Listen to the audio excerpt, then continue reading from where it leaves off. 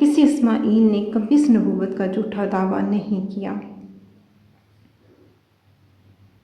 یقیناً حق ہے، آخر تمہاری عقل کہاں چلے گئی تھی؟ ایمان کی شعائیں مکی سے باہر جب رسول اکرم صلی اللہ علیہ وسلم نے قبائل اور وفود پر اسلام پیش کیا، اسی طرح افراد اور اشخاص کو بھی اسلام کی دعوت دی اور بعض نے اچھا جواب بھی دیا۔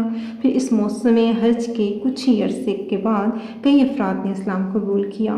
ذیل میں ان کے مختصر جو ہے وہ بیان کیا جاتا ہے کہ سوید بن سامت یہ شاعر تھے، گہری سوچ بوجھ کے حامل اور یثرب کے باشندے تھے۔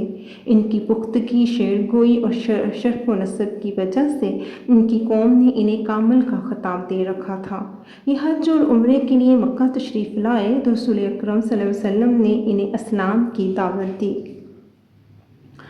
اور انہوں نے آپ کے صلی اللہ علیہ وسلم کے پاس جو کچھ ہے وہ ویسا ہی ہے جیسا میرے پاس ہے۔ تو رسول اللہ صلی اللہ علیہ وسلم نے فرمایا تمہارے پاس کیا ہے؟ سوید نے کہا حکمت لقمان۔ تو آپ صلی اللہ علیہ وسلم نے فرمایا پیش کرو۔ انہوں نے پیش کیا اور آپ صلی اللہ علیہ وسلم نے فرمایا یہ کلام یقیناً اچھا ہے، لیکن میرے پاس جو کچھ ہے وہ اس سے بھی اچھا ہے۔ وہ قرآن ہے جو اللہ تعالیٰ نے مجھ پر نازل کیا ہے، وہ ہدایت اور نور ہے۔ اس کے بعد رسول اللہ صلی اللہ علیہ وسلم نے انہیں قرآن پڑھ کر سنایا اور اسلام کی دعوت دی۔ انہوں نے اسلام قبول کر لیا اور بولے یہ تو بہت ہی اچھا کلام ہے۔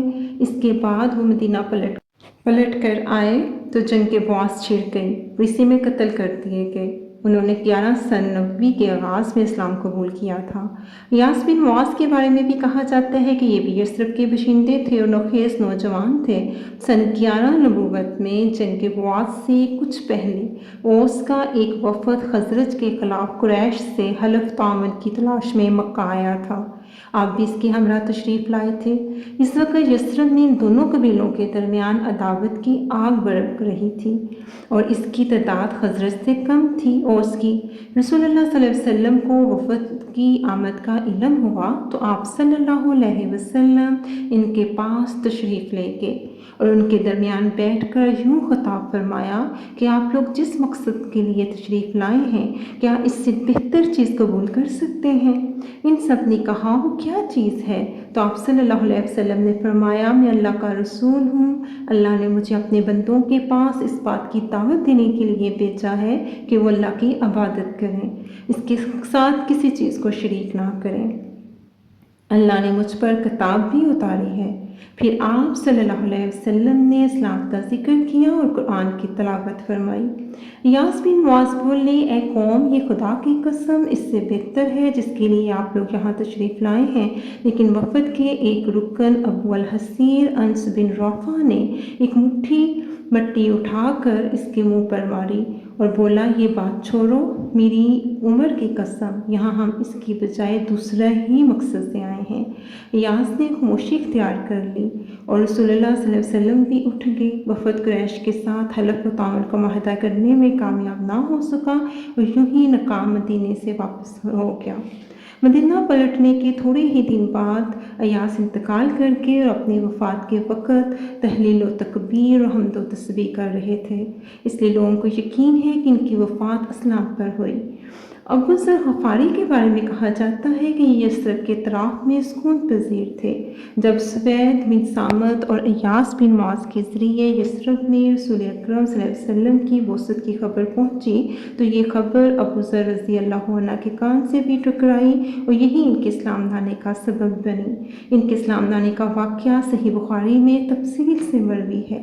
ابن عباس رضی اللہ تعالیٰ عنہ کا بیان ہے کہ ابو ذر رضی اللہ تعالیٰ عنہ نے فرمایا میں قبیلہ غفار کا ایک آدمی تھا، مجھے معلوم ہوا کہ مکے میں ایک آدمی نمودار ہوا ہے جو اپنے آپ کو نبی کہتا ہے۔ میں نے اپنے بھائی سے کہا تم اس آدمی کے پاس جاؤ، اس سے بات کرو، میرے پاس اس کی خبر لاؤ۔ وہ گیا، ملاقات کی اور واپس آیا۔ میں نے پوچھا کیا خبر لائے ہو؟ بولا خدا کی قسم میں نے ایک ایسا آدمی دیکھا ہے جو بھلائی کا حکم دیتا ہے اور برائی سے روکتا ہے۔ میں نے کہا تم نے تسلی کی؟ بخش خبر نہیں دی۔ آخر میں نے خود توشہ اور ڈنڈا اٹھایا اور مکہ کے لیے چل پڑا۔ وہاں پہنچ تو گیا لیکن آپ صلی اللہ علیہ وسلم کو پہچانتا نہیں تھا۔ آپ کے متعلق کسی سے پوچھا، چنانچہ زمزم کا پانی پیتا اور مسجد حرام میں پڑا رہتا۔ آخر میرے پاس سے علی رضی اللہ تعالیٰ عنہ کا گزر ہوا۔ کہنے لگے، وہ آدمی اجنبی معلوم ہوتے ہو؟ میں نے کہا جی ہاں۔ انہوں نے کہا اچھا تو گھر چلو۔ میں ان کے ساتھ چل پڑا۔ نہ وہ مجھ سے کچھ پوچھ رہے تھے، نہ میں ان سے کچھ پوچھ رہا تھا، اور نہ انہیں کچھ بتا ہی رہا تھا۔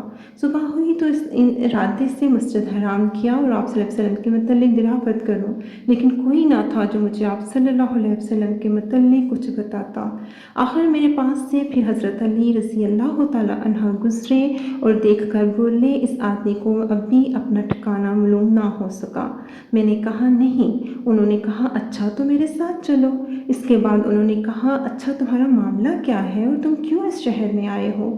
میں نے کہا آپ رازداری سے کام لیں تو بتاؤں۔ انہوں نے کہا ٹھیک ہے، میں ایسا ہی کروں گا۔ میں نے کہا مجھے معلوم ہوا ہے کہ یہاں ایک آدمی نمودار ہوا ہے جو اپنے آپ کو اللہ کا نبی بتاتا ہے۔ میں نے آپ اپنے بھائی کو بھیجا کہ وہ بات کر کے آئے، مگر اس نے پلٹ کر کوئی تسلی بخش جواب نہ دیا۔ اس لیے میں نے سوچا کہ خود ہی ملاقات کر لوں۔ حضرت علی رضی اللہ تعالیٰ عنہ نے کہا بھئی تم صحیح جگہ پہنچے، دیکھو میرا رخ انہی کی طرف ہے، جہاں میں گھسوں ہوں تم بھی گھس جانا، اور ہاں اگر میں کسی ایسے شخص کو دیکھوں جس سے تمہارے لیے خطرہ ہے تو دیوار کی طرف اس طرح جا رہوں گا کوئی اپنا جوتا ٹھیک کر رہا ہوں، لیکن تم راستے چلتے رہنا۔ اس کے بعد حضرت علی رضی اللہ تعالیٰ عنہ روانہ ہوئے اور میں بھی ساتھ ساتھ چل پڑا، یہاں تک کہ وہ اندر داخل ہوئے اور میں بھی ان کے ساتھ اندر داخل ہو گیا۔ عرض پر واضح ہوا کہ آپ صلی اللہ علیہ وسلم مجھ پر اسلام پیش کریں۔ آپ صلی اللہ علیہ وسلم نے اسلام پیش فرمایا اور میں وہی مسلمان ہو گیا۔ اس کے بعد آپ صلی اللہ علیہ وسلم جب ہمارے ظہور کی خبر ملے تو آ جانا۔ میں نے کہا اس ذات کی قسم جس نے آپ صلی اللہ علیہ وسلم کو حق کے ساتھ مبعوث فرمایا ہے، میں تو ان کے درمیان بیانگو ہیل اس کا اعلان کروں گا۔ اس کے بعد میں مسجد حرام آیا، قریش موجود تھے۔ میں نے کہا قریش کے لوگوں، میں شہادت دیتا ہوں کہ اللہ کے سوا کوئی معبود نہیں، اور میں شہادت دیتا ہوں کہ محمد رسول اللہ صلی اللہ علیہ وسلم اللہ کے بندے اور رسول ہیں۔ لوگوں نے کہا اٹھو اس بے دین کی خبر لو۔ لوگ اٹھ پڑے اور مجھے اس قدر مارا کیا کہ میں مر جاؤں، لیکن حضرت عباس رضی اللہ تعالیٰ عنہ نے مجھے آ بچایا۔ انہوں نے مجھے جھک کر دیکھا، پھر قریش کی طرف پلٹ کر بولے تمہاری بربادی ہو، تم لوگ غفار کے ایک آدمی کو مارنے لگے تھے، حالانکہ تمہاری تجارت گاہ اور درگزر غفار ہی سے ہو کر جاتی ہے۔ اس پر لوگ مجھے چھوڑ کر ہٹ گئے۔ دوسرے دن صبح ہوئی تو میں پھر وہیں گیا، اور جو کچھ کل کہا تھا آج پھر کہا، اور لوگوں نے پھر کہا کہ اٹھو اس بے دین کی خبر لو۔ اس کے بعد پھر میرے ساتھ وہی ہوا جو کل ہو چکا تھا، اور آج بھی حضرت عباس رضی اللہ تعالیٰ ہی نے مجھے آگے بچایا اور مجھ پر جھکے، پھر ویسی ہی بات کہی جیسی کل کہی تھی۔